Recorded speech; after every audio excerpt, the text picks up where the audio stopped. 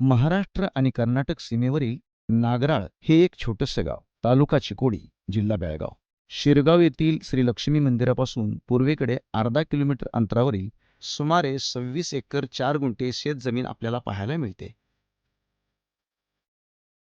सन 2008 साली हीच जमीन मुरुम आणि खडकाळ असलेलं एक माळरान होतं. याच ठिकाणी सन 2008 साली आप्पा काडापुरे यांच्या ओळखीने स्वामी परिवाराने ही जमीन ताब्यात घेतली.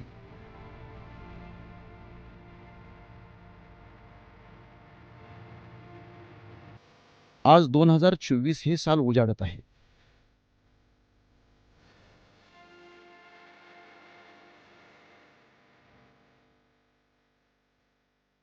ही जमीन म्हणजे निसर्गरम्य सानिध्यात असलेलं एक हरित सुंदर देठच म्हणावे लागेल.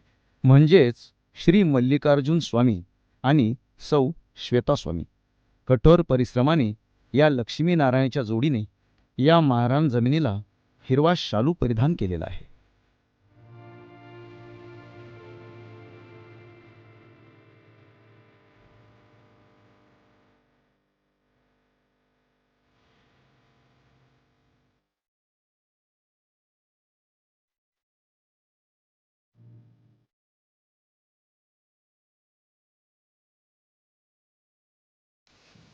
नमस्कार मंडळी, मी आज चिकोडी तालुका जिल्हा बेळगाव नागराळ या गावात आहे. नागराळ या गावात मल्लिकार्जुन स्वामी आणि श्वेता स्वामी लक्ष्मीनारायणचा जोडा, ह्या लक्ष्मीनारायण जोड्यानं जे जे काही इथं डेव्हलप केले ते बघण्यासाठी मी आज ह्या गावात आलोय. तर मंडळी, ह्या श्वेता काकूनं आणि मल्लिकार्जुन काकानं हे काही जे बनवलंय, म्हणजे इथं जे काही बनवलंय हे त्यांचं फार्म हाऊस आहे. हे आमचं लेबर आप्पासाहेब काडापुरे, हो का? आमचं मित्र हा. ते ते ते ते मला इथं आणलंय हा. आणि त्यांच्यामुळे हे आम्हाला हे सर्व. नमस्कार. नमस्कार नमस्कार. कसं आहे तुम्ही? आराम आहे? हाय आराम आहे. तुमचं फारच कौतुक करत होते स्वामी काका. ते म्हणले आप्पा काडापुरे तुमची, तुम्ही म्हणजे शेजारी किती शेजारी आहे, तुमच्यामुळेच इथं आलो असं म्हणजे एवढं मला त्यांनी सांगितलं. ते काय त्यांचं लक्षात ठेवल्यात, काय आहे तसं ते सांगतातच. काय व्यवस्थित आहे, सगळं व्यवस्थित केलं सगळं. काय त्यांचंच कौतुक आम्ही करायला पाहिजे. म्हणजे तुम्हाला असं काय वाटतं की बाबा मल्लिकार्जुन काका म्हणजे स्वामी काकांचं कौतुक का करावं असं वाटतं? ते म्हणजे आम्हाला विचारलं, आम्ही काय सांगितलं ते त्यांनी करून टाकलं, म्हणून त्यांचं आम्हाला कौतुक वाटतंय. हा, म्हणजे 2008 पासून जशी हा. तुमची गट्टी जमली तशी, म्हणजे मुळात म्हणजे कसं आपण म्हणतो की शेजारी पाजारी असावं तर कसा आहे की नाही. म्हणजे नंतर दुसरेच म्हणतात की शेजाराचं ह्याचं चांगलं झालेलं बघत नाही, त्याचं चांगलं झालेलं बघत नाही. पण ह्या माणसानं तुमच्यावर सगळं व्यवस्थित राहून तुमच्यावर सुद्धा चांगुलपणा ठेवला, एवढ्या वर्षाची दोस्ती ठेवली, सगळं ठेवलं आणि हे सगळं डेव्हलप केलं. म्हणून तुम्हाला ह्यांचं हे वाटतंय, कौतुक वाटतंय. म्हणजे माणूस म्हणून जग आणि जिवंत असताना बघ, येस. आहे की नाही. म्हणजे अशा पद्धतीने त्यांनी बघितलंय. पण आम्हाला असं अजून ते म्हणतायत की जिथं मी या एवढं मारहाण होतं, म्हणजे इथं काहीच करायचं नव्हतं, पण तुम्ही त्यांना इथं आणलं, ते सगळं दाखवलं, त्यानंतर हे डेव्हलप केलं सगळं त्यांनी. हे डेव्हलपमेंट बद्दल तुम्हाला काय वाटतं की बाबा एक BSNL मधला एक असं ऑफिसर माणूस नोकरी करता करता, सर्व्हिस करता करता, म्हणजे स्वतःचं गाव सोडून म्हणजे बेळगावमध्ये नोकरी केली. आता BSNL म्हणल्यावर सरकारी कामं सगळीकडे असतात, म्हणजे अनेक ठिकाणी त्यांना बदल्या पद्धतीने पण जावं लागतं कधी कधी. तर असं करता करता सुद्धा इकडे येऊन सगळी डेव्हलपमेंट केली आणि हे सगळं केलं. तर असं तुम्हाला काय वाटतं स्वामी काकांच्या बद्दल, की त्या माणसानं जिद्द अशी काय वाटते त्यांची जिद्द? सांगू काय साहेब, 2008 मध्ये आमच्या संघाला हे आलं, मला ओळख पण नव्हतं. कोण मोठं साहेब आले काय की म्हणून मी झडपून मला हे असं बोललं, मी बेळगावचं आहे, नागरामध्ये माझी शेती आहे, मी असं असं करावं म्हणून केलंय. त्यांनी मला बोललं, मी करा साहेब म्हणलो, तुम्हाला काय हेल्प पाहिजे, काय मदत पाहिजे ते मी देतो, तुम्ही करा म्हटलं. काय होतं ते मदत मी केलं. त्यांनी मी करणार नाही म्हणत होतो, तरी पण हे असं केलं, मला अचाट झालंय आता. हे त्यांनी एवढं बोलल्यासारखं चालल्यात. बरोबर, म्हणजे बोले तैसा चाले, हे हा शब्द त्यांनी अजूनही पाळतात. ओके.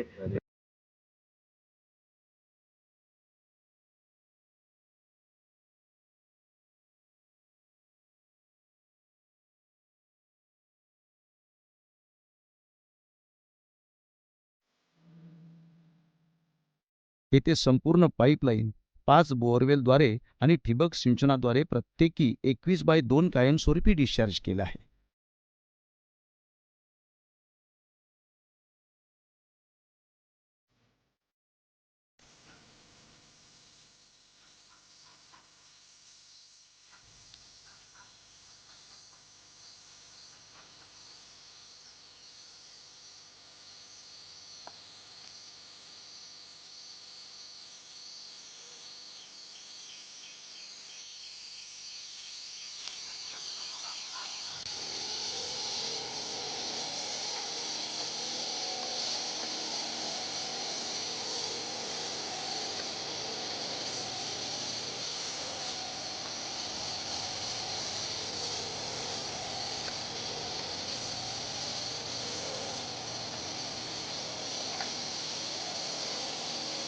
येथे 25 केव्हीएचे 2 हेस्कॉनचे ट्रान्सफॉर्मर प्रत्येकी पूर्व व पश्चिमेकडे हस्तांतरण करतात. याशिवाय प्रत्येकी 5 आणि 7 एचपीचे 2 सौर पंपसेट, 5 एचपीचा तिसरा सोलर कॅरडी बेंगळुरूकडे नोंदणीकृत आहे. 21 मीटर गुणिले 21 मीटर गुणिले 3 मीटर 2 तलाव आहेत.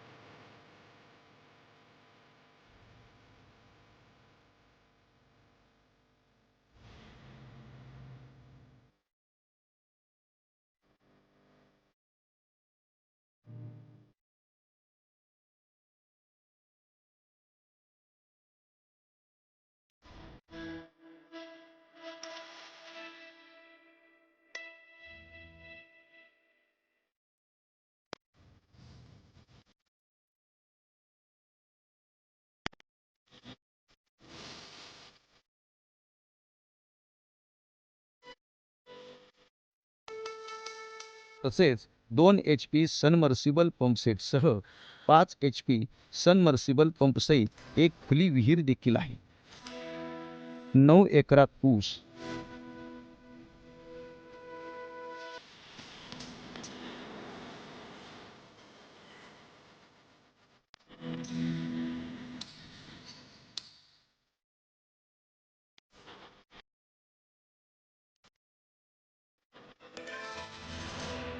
सुमारे 1.5 एकरात केळी.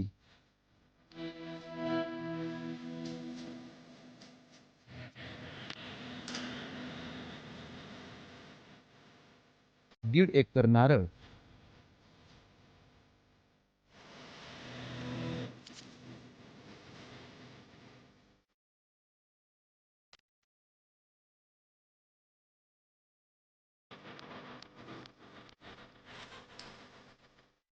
2 आंबा 2 एकर. या व्यतिरिक्त 35 झाडे आणि अगोदरची 5 आंब्याची झाडे आहेत. तसेच 14 एकरात पाम ऑइलचे प्लांटेशन सुद्धा केलेलं आहे.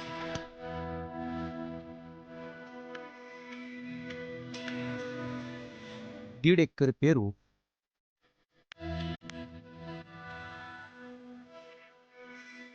1 एकर NMK1 गोल्डन सीताफळाची लागवड केलेली आहे.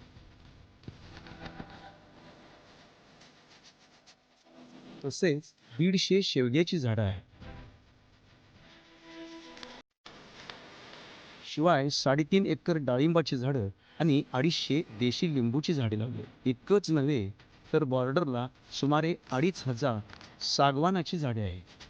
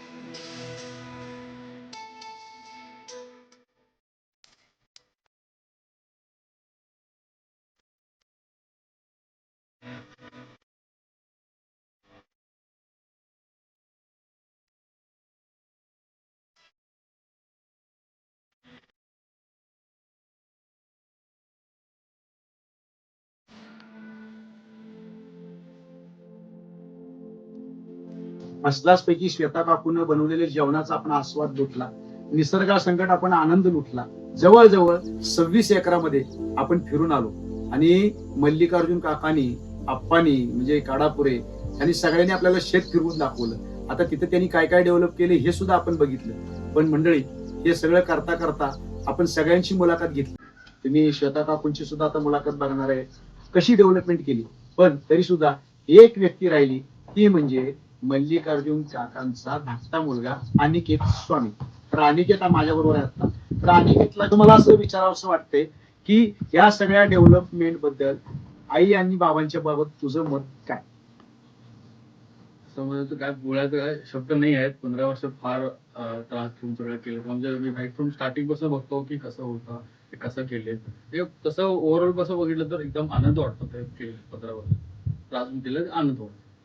म्हणजे जे काही ते ग्रेटच काय ग्रेट. नाहीतर आपण फार्म हाऊस आता तुला माहिती आहे, हो, पुण्यासारख्या ठिकाणी फार्मर राहतो. आहे, सिटीच्या आजूबाजूला मित्रांचे ते बघतो. त्यांच्याकडे तेवढं जास्त आम्ही कसं केलं तसं तर खूप डेव्हलप करायला तर झालं नाही त्यांच्याकडून. म्हणजे एक झाड वाढलं तर ते त्याला किती वेळ हा, म्हणजे ते तसं आमचं आम्ही कसं एकदम मनाने लावून त्यांनी करतात, ते तसं सिटीचे लोक कसं करून देत नाही. करून देत नाही. आणि आज एवढी झाडं लावलेली आहेत हो, आणि एवढं हे सगळं निसर्गाचे वातावरण आपल्याला म्हणजे जो आनंदच वेगळा आहे. एकदमच म्हणजे आनंद तुला वेगळा. म्हणायचं सिटीपेक्षा इथं बेस्ट वाटतंय हो. का सिटीत बेस्ट वाटतं? इथंच बेस्ट वाटतं. सिटीमध्ये काय असं काय राहिलं नाही सगळं. म्हणजे काय राहिलं नाही. म्हणजे तुला बाबांनी हे केल्याबद्दल म्हणजे जेवढं कौतुक करावं, जेवढं ग्रेट म्हणावं तेवढं. नाही, तेच बोललो ना, काय बोलायला शब्दच नाही आहेत ना. 15 वर्ष केले तर आमच्याकडे काय बोलायला शब्दच नाही आहेत. तेवढे चांगले केले. बघितलं, 15 वर्ष जेवढे केले त्याला अनिकेतकडे शब्दच नाही. आणि खरोखरच तो शब्द नसणार आहे, कारण तो लहानपणापासून हे बघतोय. लहानपणी एवढं त्याला या गोष्टीचं हे वाटलं नसणार आहे कौतुक. आणि आज असं वाटतं की नाही, बाबा आणि आईनी भरपूर केले. तर मंडळी, आई बाबा हे आई बाबाच असतात. म्हणूनच म्हणलं ग्रेट श्वेता काकू आणि ग्रेट मल्लिकार्जुन काका, मल्लिकार्जुन स्वामी आणि श्वेता स्वामी.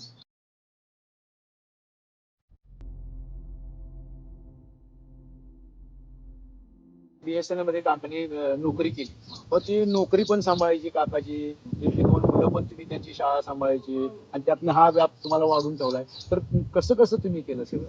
कामासाठी त्यांच्या बरोबर आम्ही काम केलं. तर माझ्या बरोबर बहीण पण येणार.